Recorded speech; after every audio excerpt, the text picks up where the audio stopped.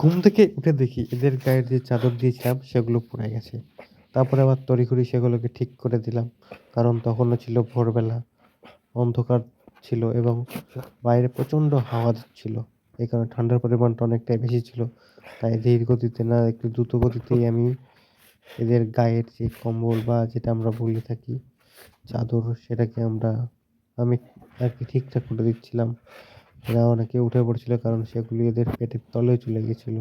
সেখানে যখনই আমি টানছিলাম সে কারণে হয়তো তাদের আ লাগছিল বা কোনো কিছু ছিল এই কারণে তারা উঠে পড়েছিল এবং দেখো এরা সব দাঁড়িয়েছে এবং এদের যে মাগুলো আছে তারা সবাই শুয়ে আছে। কারণ তখন অনেকটা রাত এবং রাতের যে অন্ধকারাচ্ছন্ন সেটা এখনো যায়নি। সে কারণে আমিও একটু জল গরম করে নিয়ে খেয়ে নিলাম। তারপরে এদের জল দিয়ে দিলাম কারণ জল না দিলে এরা খাবেটা কি? তারপরে এদের খাবারগুলো আমি সব রেডি করলাম। তারপরে এদের খেতে দিলাম। খেতে দিতে দেখি যে সকাল হয়ে গেছে। তারপরে আমি সবগুলোকে আবার পরিষ্কার পরিচ্ছন্ন করে নিলাম।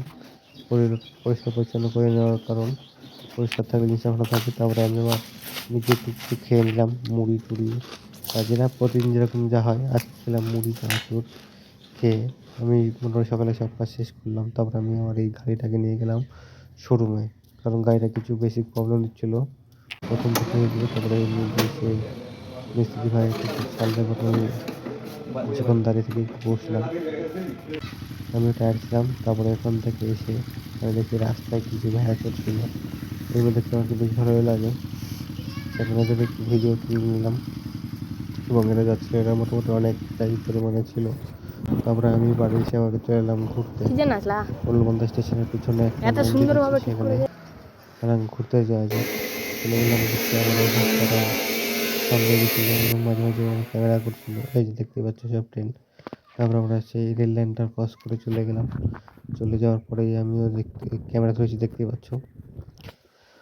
যাচ্ছি আস্তে, আস্তে ধীর গতিতে এবং পিছনের লোকেশনটা বেশ ভালো লাগলো আমার দেখতে এই জায়গাটার। তারপরে আস্তে, আস্তে এগোতে শুরু করলাম।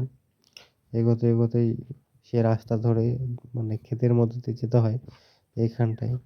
আমার ভাস্তাকে বললাম সেগুলো পার করে এই যে সেই লোহার ব্রিজ, কোনো কারণে লোহার ব্রিজগুলো রাখা হয়েছিল বা যাতায়াতের জন্য করা হয়েছিল সে কারণটা আমার জানা নেই।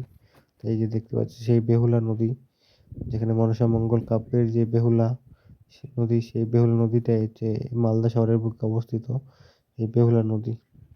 বেহুলা নদী তারপরে এই পার করেই একটা মন্দির আছে। আমরা গেছিলাম সেই মন্দিরেই। মন্দিরে গিয়ে দেখি মন্দিরের দরজা বন্ধ। আমি কখনোই দেখিনি যে মন্দিরের দরজাটা মডিফাই খোলা তো বা हुआ ही रे হয়তো যখন পুজো হয় বা যখন খোলা থাকে তখন मॉडिफाई আমি तो হয়তো हुआ ही সেই সময় যেতে পারি না। দোষটা আমার এই মন্দির কর্তৃপক্ষের না। তাদের টাইম বা তাদের সময়সূচি আমার হয়তো জানা নেই। তারপরে মন্দিরে দর্শন করলাম। দর্শন করে কিছুক্ষণ আমি বসে থাকলাম। সেখানে একটা পুকুর আছে পুকুরের ধারে।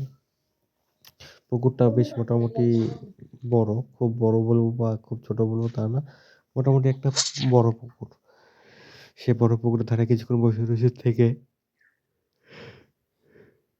মনটাকে শান্ত করে আবার চলে এলাম। বাড়ির দিকে রওনা দিলাম।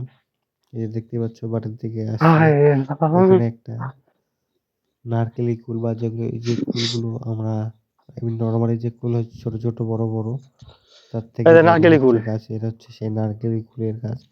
যাকে আমরা এই যে বিদেশি টাইপের বা नारकेली নারকেলি कुल কুল দেখ যেটাই আমরা বলি না থাকি না কেন, খাওয়ার এটা মতন হচ্ছে হয়নি সেই গাছটি। তারপরে এখান থেকে আমি একটা ফল পেড়ে নিলাম। দেখলাম যে না এখনো সেটা পরিপূর্ণতা পায়নি। তারপরে আমি চলে গেলাম। মানে চলে আসলাম সেই ক্ষেতের মধ্যে দিয়ে। দেখছি এক কাকা তার জমিতে ভুট্টা লাগিয়েছে এবং এক সাইডে গম লাগিয়েছে। গমকে সবুজের বিপ্লব বলা হয় কিনা সেরকম বুঝতে পারলাম।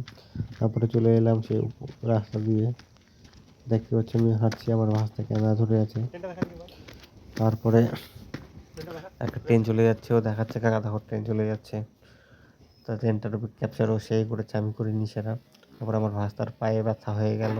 পায়ে ব্যথা হওয়ার কারণে সে ধীর গতিতে একদম সিঁড়ি বয়ে উঠছে এবং আমাকে বলছে কাকা আমি আর পারছি না।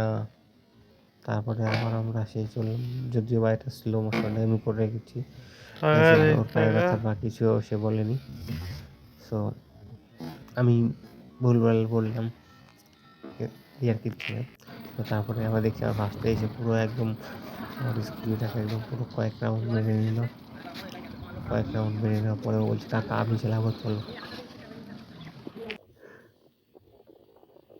তারপরে আমিও গাড়িতে উঠলাম, পেছন থেকে ক্যামেরা ধরছি এবং চলে এলাম বাড়ির দিকে রওনা দিলাম।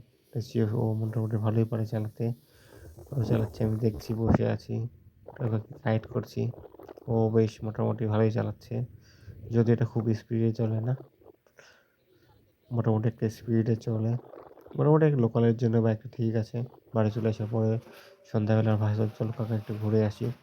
তারপরে আবার সবাই রেডি করে স্কুটিতে বসে চলে এলাম চলে যাওয়া যাক।